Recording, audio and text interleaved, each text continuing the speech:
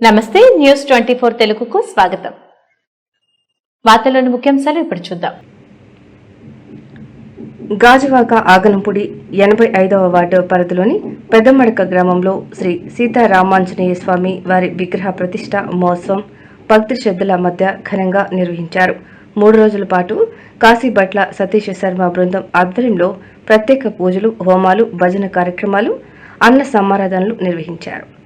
అనంతరం ఆలయ కమిటీ సభ్యులు శ్రీ సీతారామాంజనేయ స్వామివారి విగ్రహ ప్రతిష్ట కార్యక్రమాన్ని వైభవంగా నిర్వహించారు.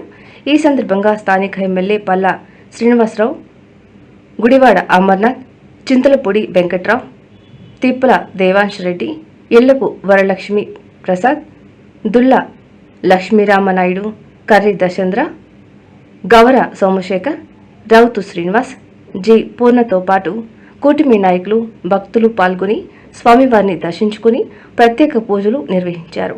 ఈ కార్యక్రమంలో ఆలయ కమిటీ సభ్యులు, గ్రామ పెద్దలు, భక్తులు పెద్ద సంఖ్యలో పాల్గొన్నారు.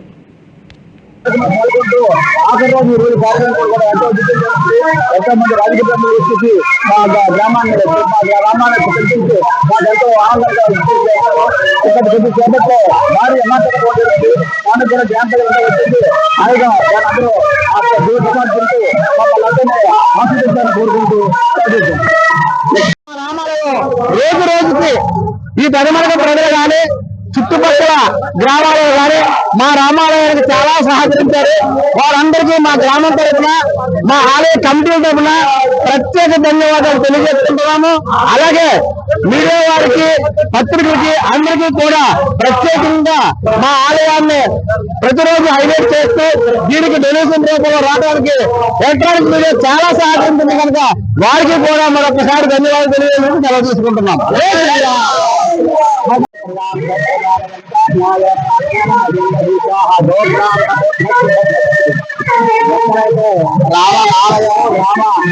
అక్షర జరుగుతుందో ఆ యొక్క గ్రామము పాడే పంటలతో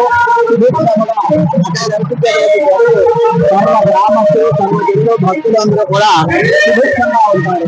ఈ యొక్క రామాలయం ప్రతిష్టా కార్యక్రమం అంగరంగ వైభవంగా జరుగుతూ గ్రామ ప్రజలు, గ్రామ పెద్దలు అందరూ కూడా సహాయ సహకారాలు అందించారు. జై శ్రీరామ్.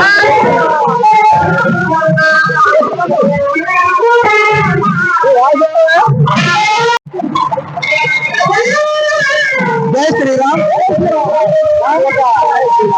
రామాలయం పునర్నిర్మాణం కోసం గతంలో రామాలయం ఉంటుంది, అది కొద్దిగా డ్యామేజ్ అవడంలో మళ్ళీ మా గ్రామస్తులందరూ ఏకదారి మీద వచ్చి ఈ యొక్క రామాలయాన్ని పునర్నిర్మాణం చేసుకునేందుకు అందరూ ఏకతాటిపై వచ్చి నిర్మించుటకు 2023లో దీన్ని శంకుస్థాపన చేయడం జరిగింది.